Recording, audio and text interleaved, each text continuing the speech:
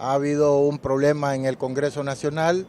En primer lugar, porque ya varios diputados, no solo el diputado Luis Redondo, sino que también Jorge Cálix y otros diputados han manifestado que los sorprendió la Junta Directiva, en el sentido de que presentaron la discusión de un artículo, de un dictamen, para derogar ciertos artículos del nuevo Código Penal. El asunto es que se suponía que los artículos que iban a derogar eran artículos relacionados con la responsabilidad penal de las personas jurídicas. En este caso, el reclamo surgió tanto de la Cámara de Comercio e Industria de Cortés como también de la de Tegucigalpa, porque empresarios se sentían amenazados con esta responsabilidad penal de las personas jurídicas. Es decir, la responsabilidad penal es personal para los representantes de las personas jurídicas, pero en el nuevo código se estaba estableciendo responsabilidad penal contra las personas jurídicas, es decir, contra las empresas mismas. Entonces, el Congreso, queriendo resolver ese problema, presentó a discusión estos artículos relacionados con la responsabilidad penal de las personas jurídicas. Sin embargo, dentro de esos artículos se incluyó un artículo que no tenía relación con las personas jurídicas, y es el artículo 153, un artículo que se refiere a la responsabilidad penal de los jefes de los militares. Y esto es muy delicado porque en este código se establecen los delitos de lesa humanidad, delitos graves, asesinatos, delitos de guerra, y esta responsabilidad para los que cometan los delitos de los militares. Sin embargo, hay un último capítulo donde está contenido el artículo 153, que se refiere a unas disposiciones que se aplican a los 3 capítulos anteriores que hablan de esos tipos penales. Y en este último capítulo se establece la responsabilidad para los jefes, para los superiores de los militares que cometan los delitos. Es decir, que el delito no solo lo va a cometer el militar que directamente o materialmente comete el delito, sino también sus jefes superiores. Este artículo, el Congreso entonces lo incluyó ahí, no se discutió y aprobó su derogatoria. Eso es un fraude para con el resto de la Cámara y eso es constitutivo de otro delito.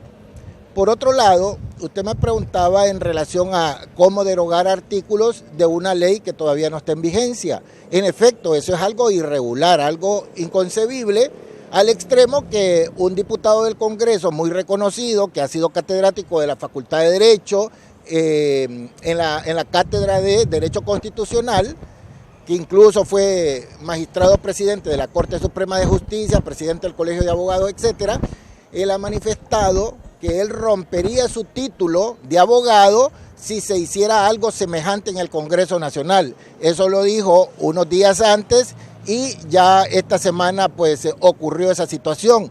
Por lo tanto, lógico es pensar que ese abogado va a romper su título porque su bancada, su partido, planteó la reforma de artículos de una ley que no ha entrado en vigencia como es el Código Penal.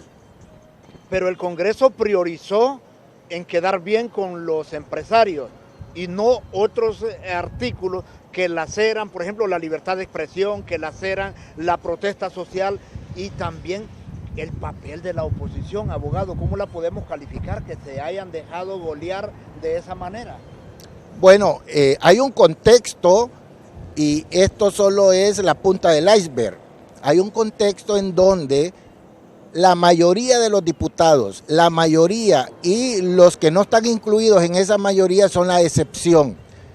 La mayoría han sido denunciados, acusados por delitos de corrupción y conocemos todos los casos, tanto planteados por la Maxi como la UFESIC del Ministerio Público, como fue el primer caso planteado que se denominó la red de diputados.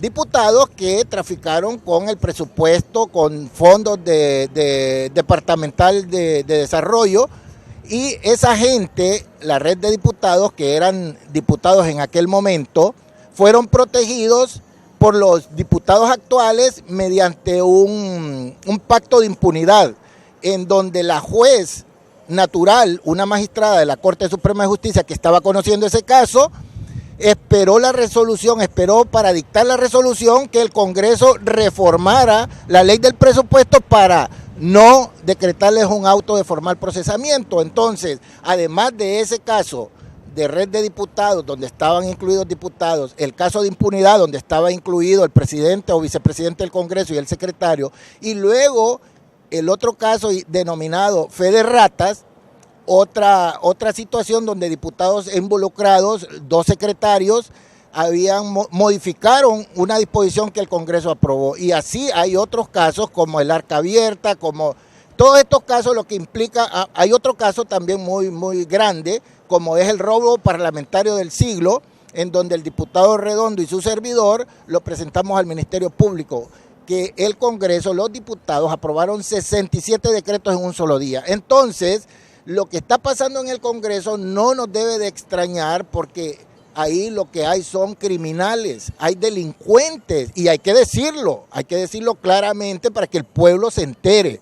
No es algo aislado, no es un error, no es una equivocación, es algo planificado. Ellos están actuando de una forma criminal, en donde cosas que pide el pueblo no se hacen. Por ejemplo, los delitos de corrupción les bajan las penas y esos no los quieren tocar, como los delitos que criminalizan la libertad de expresión tampoco los quieren tocar.